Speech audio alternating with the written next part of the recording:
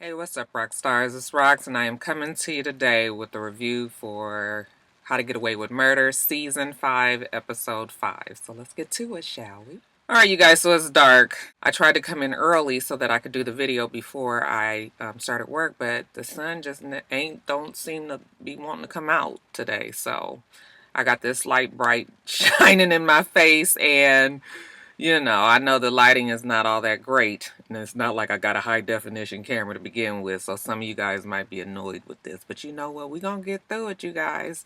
Let's see the show. So it starts with Annalise walking into her class. She looks like she is a little bit regretful, but she's got to do what she got to do. I was like, what's this about? She walks in and everybody is quiet. Everybody kind of looks upset. So does Annalise. She says that we're going to do a case review of Real Nice Nate's daddy's case. Try to figure out where they've gone wrong because as of now, they've lost this case. Where was her mistake? So she opens the floor up to the students. Connor's the first to stand. He says, your first decision was your mistake. And she says, what, the decision to take you off as the second chair? And he says, well, no, maybe it's your second decision then. What is that decision? We flash back a week earlier, and she's talking to the students about what is going to be the best approach for the case. Will the judge be biased? She's asking everybody. Connor and Oliver over there talking about whatever, the wedding and whatever else is coming up. She's like, Connor, do you have anything to say? He was like, oh, whatever Gorgeous Gabe Jackson says. Okay, sarcastically, she looks at him. She says, okay, you're right. Gorgeous Gabe Jackson said that the best bet is a jury trial because this is an emotional case. So she meets with Real Nice Nate's dad and Real Nice Nate, and she tells him that this is going to be a jury trial, and if all goes well, she won't even have to put him on the stand. When they leave, Real Nice Nate is like, why would you even tell him, that he had a chance of going on the stand? We all know that's not happening. She was like, look, I tell them what they need to hear. Okay, so if that makes them feel good, then that's what she says. Then she changes it up at the last minute if she has to. Real Nice Nate can tell she's still annoyed with him. He says, so how is she? And she looks at him and she says, how do you think? I think they said, how do you think? What do you think about 5 or 6 times. We could have had a drinking game last night. So she rushes to Finance Frank's house, and she was like, Finance Frank, you only had one job. He's sitting on the couch like, what? She rushes up the stairs and she knocks on the door.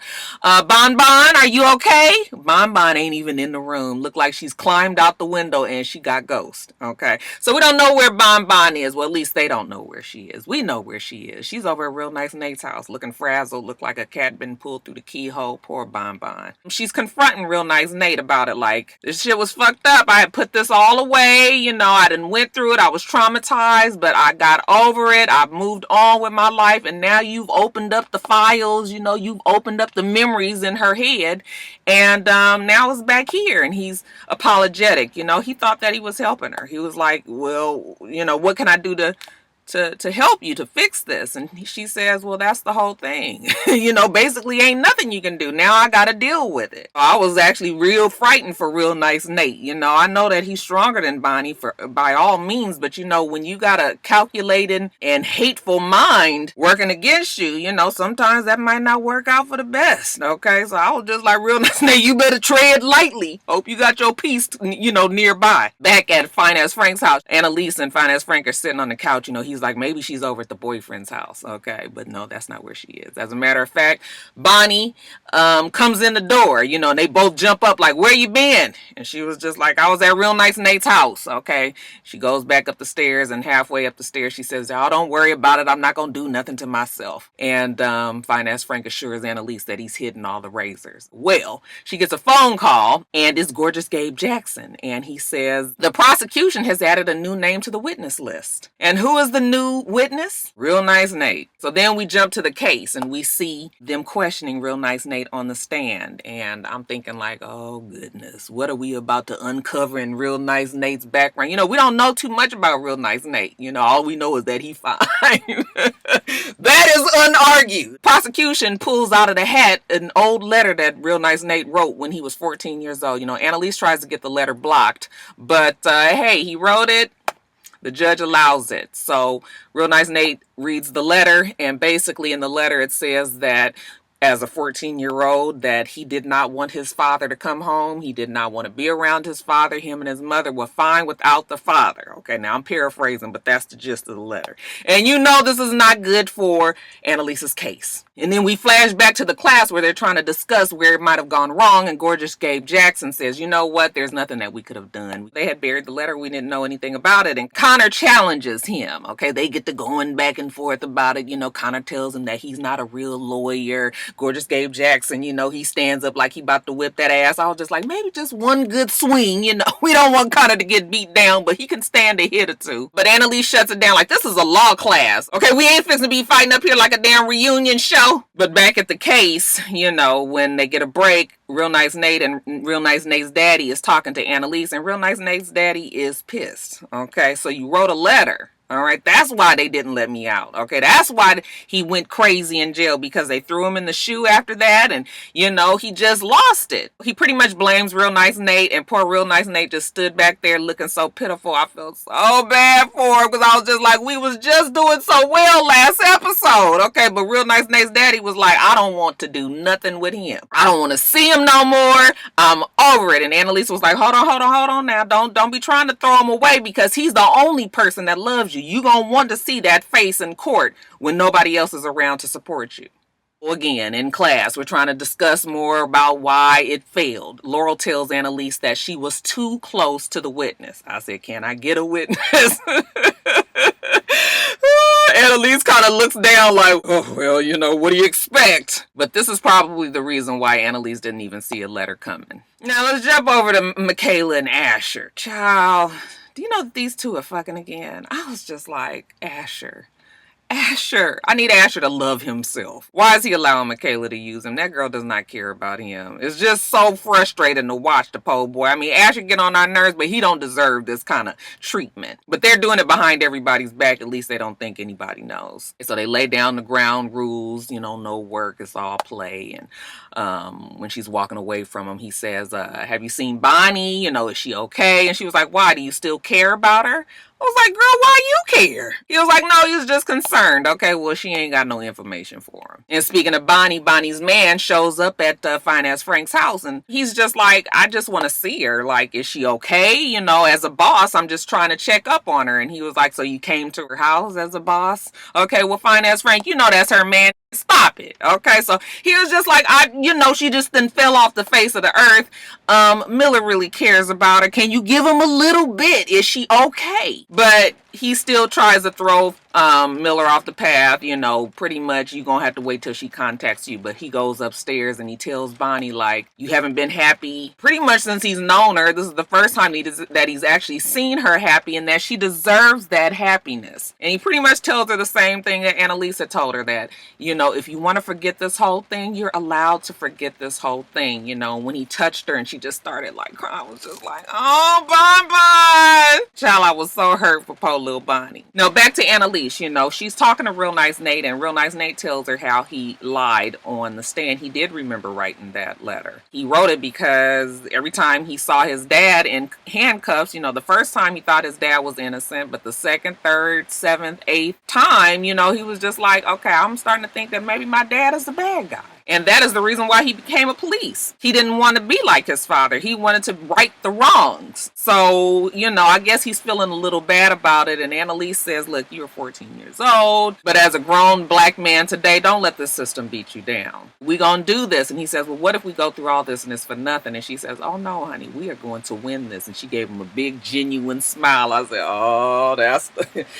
the Annalise and Real Nice Nate that I remember. So back in class, we're still discussing the problems in the case, right? Well, Michaela says, I think you're being too hard on yourself. Let's talk about the wins. You did really well with the doctor. Well, what doctor is that? The doctor that diagnosed Real Nice Nate's daddy back in the day. Was he or was he not insane? So then we flip back to the case and we see Michaela trying to get on Asher's good side, trying to appeal to his softer side. We need to discredit this doctor. And he was like, look, don't try to fuck up my shit that's going on in the DA's office. I finally got something good going here, and Annalise ain't got nothing to do with it. So, no, I'm not fixing to tell you nothing. And I'm definitely not trying to help Annalise. So she says, well, it's not for Annalise or myself. Okay, we're doing it for Real Nice Nate. Okay, you do want to help him, right? So Asher does whatever he has to do, and then next thing we see him showing up over at Annalise's house. She was like, why the fuck do all the damn students know where I live? He tells her that he's got information on the doctor. Okay, and she grabs for the file and he says, not too fast. Okay, what's going on with Bonnie? And she was like, what do you think? And we get a flashback of when she was telling Asher about Bonnie's problems growing up.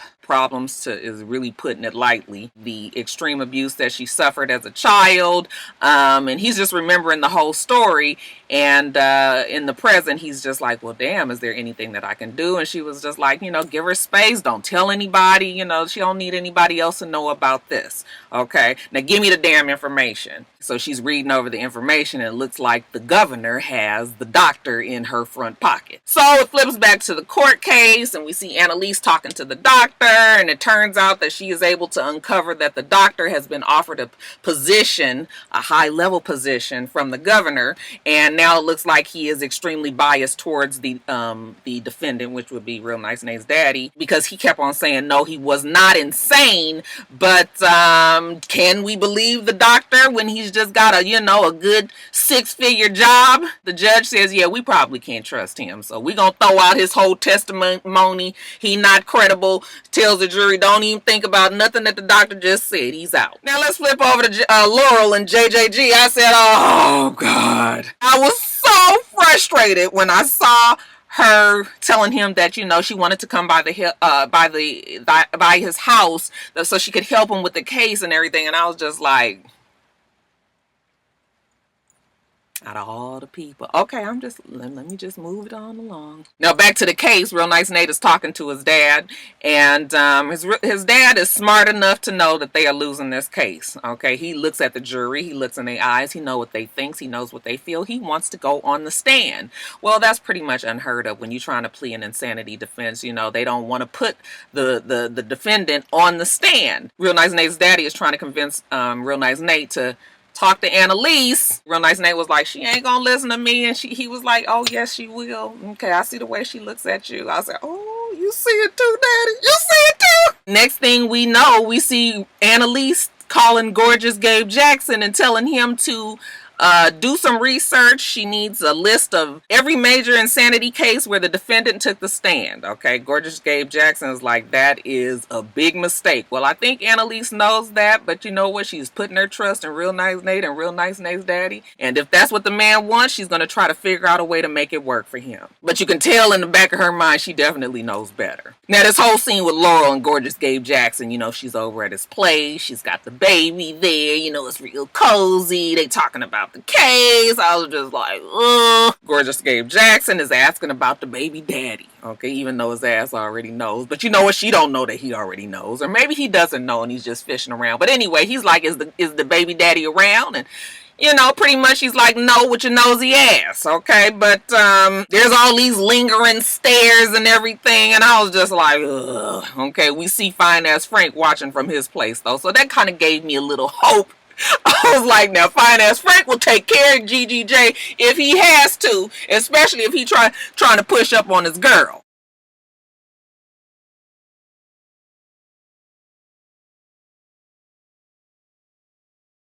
Bonnie is still in the bed upstairs. She looks over at the file that's sitting on the nightstand. It's kind of just calling to her, and you know what? She might as well do it. So she opens up the file, and this is like taking a walk down memory lane, probably the worst memory lane that you can think of.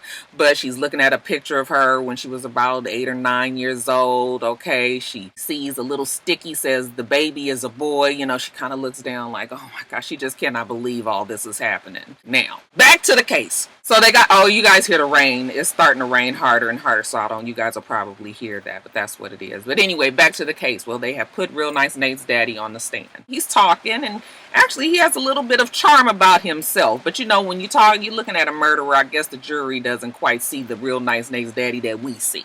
Okay. But anyway, he's talking about solitary confinement and how he ended up there. He remembered having a photo of his son. He wasn't supposed to have it, but he had it anyway. The guards ended up taking it. They took his son away from him, and he pretty much felt like he had lost everything. He didn't have his boy anymore. Next thing he knew, he was just always ready to fight, always very angry, and they ended up throwing him in the shoe. And he had been there for a long time. Now, at this time, I couldn't remember exactly how long he had been down there, but we're going to discuss that in a little bit. When he got out of the shoe, he said he just didn't know how to be social anymore. When you were in that little small confined space, I mean, there's been studies and studies and studies done now how solitary confinement pretty much drives people crazy, for lack of better words. So when he got out, he didn't really know how to be social. He was paranoid. He was on the yard. Somebody approached him, and you know what? He just snapped. And next thing you know, he had done beat the man to death. And he knew at that time that he was sick in his head, okay, and that the shoe had done that to him. The cross-examination of Real Nice Nate's daddy was pretty much a disaster. I was just like, oh my God, this is not good. This is the reason why Gorgeous Gabe Jackson and Annalise and everybody much pretty knew that it wasn't a good idea to put him on that stand, because the prosecution is badgering him to the point where he almost gets Real Nice Nate's daddy to admit that he knew that it was wrong to kill this man. Remember, that's what everything is riding on, whether or not he was aware that he should not be killing this person, beating this person to death. Okay, how can you remember that you were doing something wrong and you say that you were insane? Okay, you don't have a memory. You snapped. Remember, he was trying to trip him up. And, Annalise was trying to stop it, but it was a horrible scene, and probably was the last nail in the coffin, pretty much, and why we're now in classroom trying to discuss where this case has gone wrong. Now, let's jump over to Bonnie. Bonnie meets with her boyfriend, Miller, in the parking garage. That's seems to be the secret covert meeting place. And he's just relieved to see her. Like, if signing that paper freaked you out like that, then just throw the shit out. Like, I'm sorry, we ain't got to say nothing.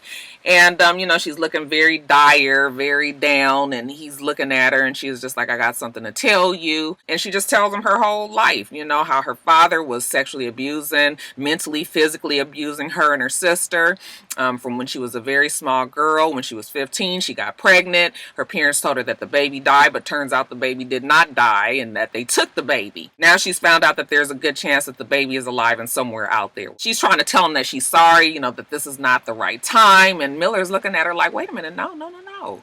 Like, you're the strongest person that I know. I was just like, oh.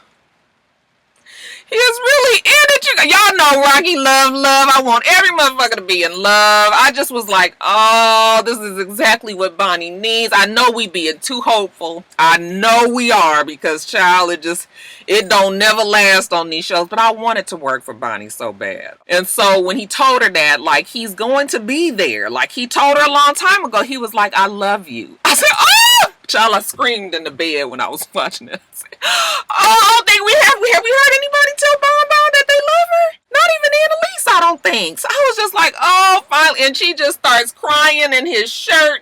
She leans over. I said, child, whoever knew that this girl could cry so much? Bonnie is acting her ass off, ain't she? Now, back in the class, we're discussing where they went wrong. Remember, Connor says they made a mistake by letting the jury believe that the father knew the right from wrong. So that's where we are today. Now the past has caught up with the present. Okay, well, let's discuss closing arguments. So I thought that they had lost the case at the beginning of this episode, but really it was that they pretty much lost the case, because up until now shit had gone downhill. Okay, so let's discuss a closing argument. Gorgeous Gabe Jackson says, let's just do a mistrial. And she was like, throw in the towel? And he says, it's better than losing. You got to remember, you have all of these class action suits coming up, and if you lose this case, then that is going to set a precedent for all the rest of your cases. Pretty much it's going to be out the window. So let's just do a mistrial and try to start all over. Annalise is not one to be throwing in the towel, but she's kind of looking at it like, yeah, maybe we did lose this case.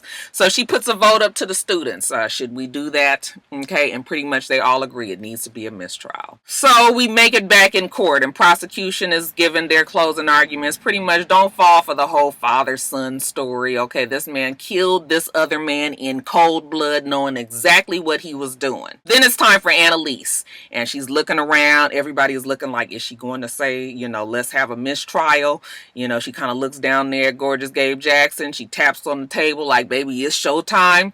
And she gets up there, and Annalise gives a great closing speech. Okay, a closing argument, I guess I should say. And pretty much what she does is, while she's talking about being in solitary confinement, she has Gorgeous Gabe put on the floor masking tape of the dimensions of the cell that Real Nice Nate's daddy had been in for 492,750 minutes. Now, I didn't calculate how much time that was, but 492,750 minutes is an awful long time to be in that very small box and expect somebody not to lose their mind. So she says, look, I'm just going to demonstrate for you. We're not even going to try to do 492,750 minutes in the shoe. We don't have that kind of time. I'm just going to let you see what it's like to be in this space for 1 minute. Complete silence. She gets in the middle of that box and she stands there and she just looks at everybody for a complete minute. Nobody's moving.